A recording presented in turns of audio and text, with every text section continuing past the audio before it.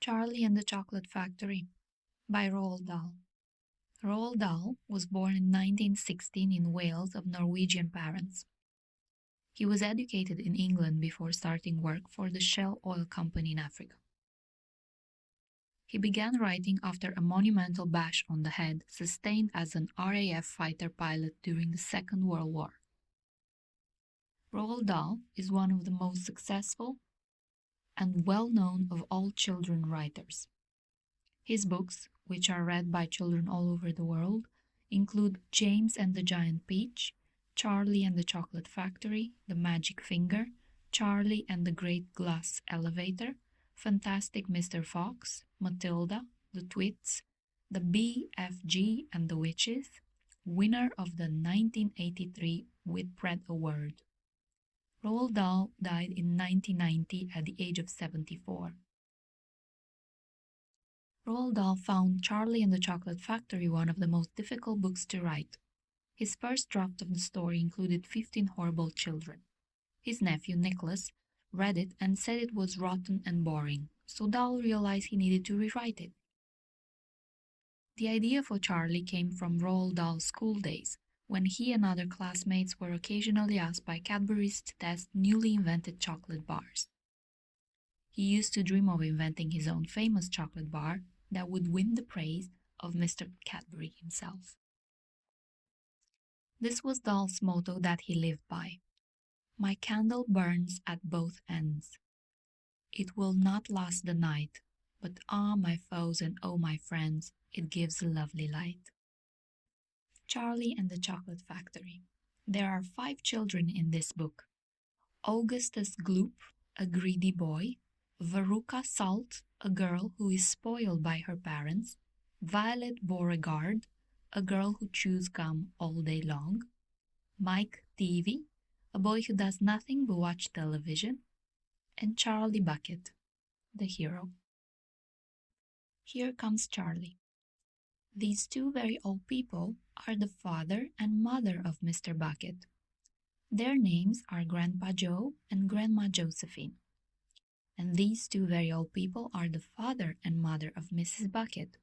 Their names are Grandpa George and Grandma Georgina. This is Mr. Bucket. This is Mrs. Bucket. Mr. and Mrs. Bucket have a small boy whose name is Charlie. This is Charlie. How'd you do? How'd you do? And how'd you do again? He's pleased to meet you. The whole of this family, the 6 grown-ups, count them, and little Charlie Bucket, live together in a small wooden house on the edge of a great town. The house wasn't nearly large enough for so many people, and life was extremely uncomfortable for them all. There were only 2 rooms in the place altogether, and there was only 1 bed. The bed was given to the 4 old grandparents because they were so old and tired. They were so tired they never got out of it. Grandpa Joe and Grandma Josephine on this side, Grandpa George and Grandma Georgina on this side. Mr. and Mrs. Bucket and little Charlie Bucket slept in the other room, upon mattresses on the floor. In the summertime this wasn't too bad, but in the winter, freezing cold draughts blew across the floor all night long, and it was awful. There wasn't any question of them being able to buy a better house, or even 1 more bed to sleep in. They were far too poor for that. Mr. Bucket was the only person in the family with a job. He worked in a toothpaste factory, where he sat all day long at a bench and screwed the little caps onto the tops of the tubes of toothpaste after the tubes had been filled.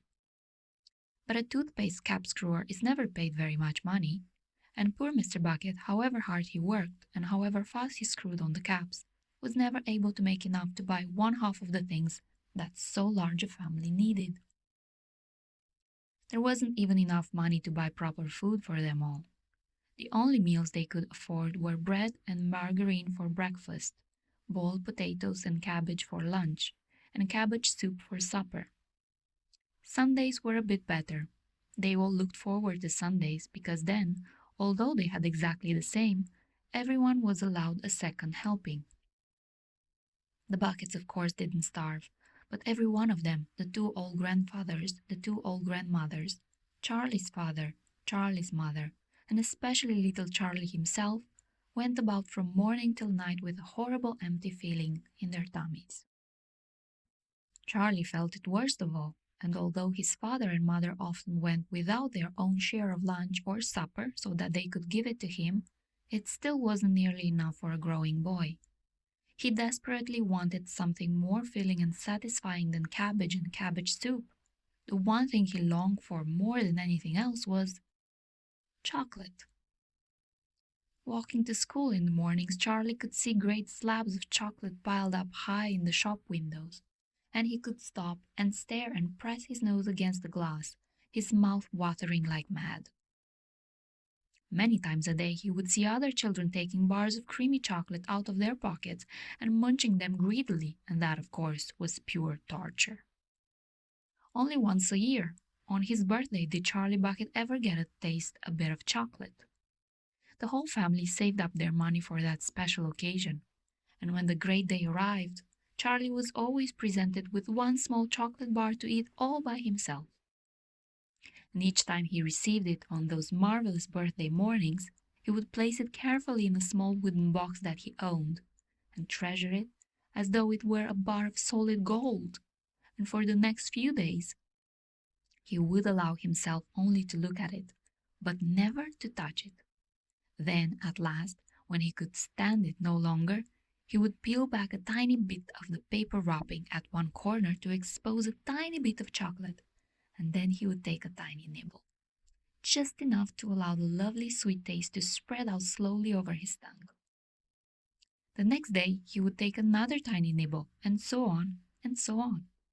And in this way Charlie would make this sixpenny bar of birthday chocolate last him for more than a month. But I haven't yet told you about the one awful thing that tortured little Charlie, the lover of chocolate more than anything else. This thing for him was far, far worse than seeing slabs of chocolate in the shop windows or watching other children munching bars of creamy chocolate right in front of him. It was the most terrible, torturing thing you could imagine, and it was this. In the town itself, actually within sight of the house in which Charlie lived, there was an enormous chocolate factory. Just imagine that. And it wasn't simply an ordinary enormous chocolate factory either. It was the largest and most famous in the whole world. It was Wonka's factory, owned by a man called Mr. Willy Wonka, the greatest inventor and maker of chocolates that there has ever been. And what a tremendous, marvelous place it was. It had huge iron gates leading into it, and the high walls surrounding it, and smoke belching from its chimneys, and strange wheezing sounds coming from deep inside it. And outside the walls, for half a mile around in every direction, the air was scented with the heavy, rich smell of melting chocolate. Twice a day, on his way to and from school, little Charlie Bucket had to walk right past the gates of the factory.